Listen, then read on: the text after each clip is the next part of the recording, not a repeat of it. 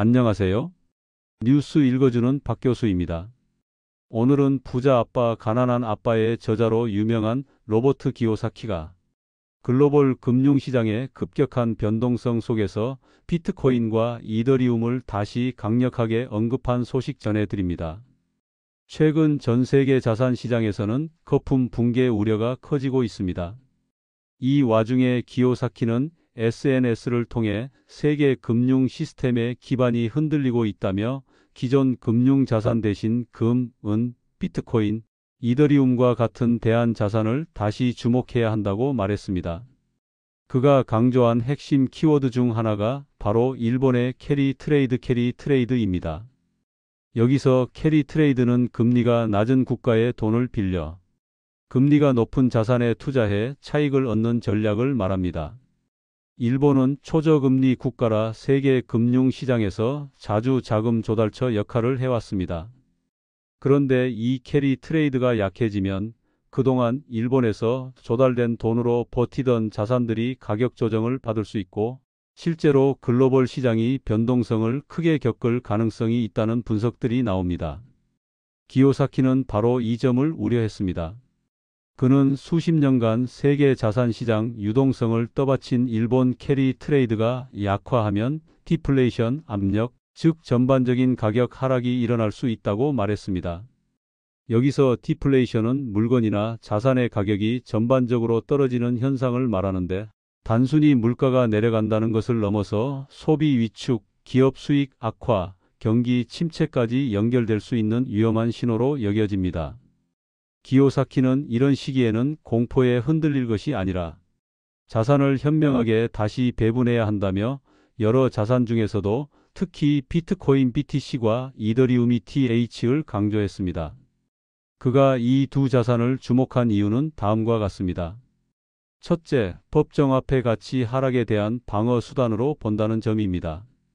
최근 몇 년간 미국, 유럽 등 주요 국가들의 화폐 가치가 물가 상승과 재정, 정책 등으로 약해지면서 기존 통화 시스템에 대한 신뢰가 흔들리고 있다는 분석이 이어졌습니다. 둘째, 하드 자산 하드 에셋으로의 자리매김입니다. 하드 자산이란 단순한 거래 수단을 넘어 장기적으로 가치가 유지되거나 상승할 가능성이 높은 자산을 뜻합니다. 금이나 은이 대표적이죠. 기요사키는 비트코인과 이더리움을 이러한 하드 자산으로 보고 있으며 특히 미래 경제 구조에서 디지털 자산의 역할이 더 강화될 것으로 주장합니다. 그는 세계가 점점 가난해질수록 비트코인과 이더리움을 가진 사람은 더 부유해질 것이라고까지 말했습니다. 이는 법정 통화 기반 경제가 흔들릴 때 자본이 디지털 자산으로 향할 것이라는 관점에서 나온 발언입니다. 그러나 흥미로운 반전도 있었습니다. 기요사키는 최근 본인이 보유하고 있던 약 225만 달러, 우리 돈 약 33억 원 규모의 비트코인을 매도한 사실을 공개했기 때문입니다. 이 소식이 알려지자 시장에서는 기요사키가 전망을 바꾼 것이 아니냐는 해석도 나왔지만 그는 즉시 입장을 설명했습니다. 그의 설명은 명확했습니다. 비트코인 가격을 비관해서가 아니라 새로운 투자를 위한 현금을 만들기 위해 매도했다. 매도한 자금은 다음 두 가지에 사용되었습니다. 수술센터 두 곳 인수, 빌보드 옥 앱광고 사업 투자. 또한 이들 사업이 내년 2월부터 매달 약 27,500달러, 우리 돈 약 4천만 원의 현금 흐름을 만든다고 밝혔습니다. 즉, 비트코인을 팔았지만 신념은 변함없고 오히려 현금 흐름 창출용 투자를 위해 일시적으로 자산을 이동시킨 것이라는 의미입니다. 기요사키는 늘 장기 투자 관점에서 비트코인을 지지해 왔습니다. 2020년 이후 거의 모든 하락장에서 지금이 매수 기회라고 주장한 대표적인 인물이기도 합니다. 따라서 이번 매도는 철학 변화가 아니라 단기적인 현금 확보 전략에 가깝다고 보는 것이 더 정확해 보입니다.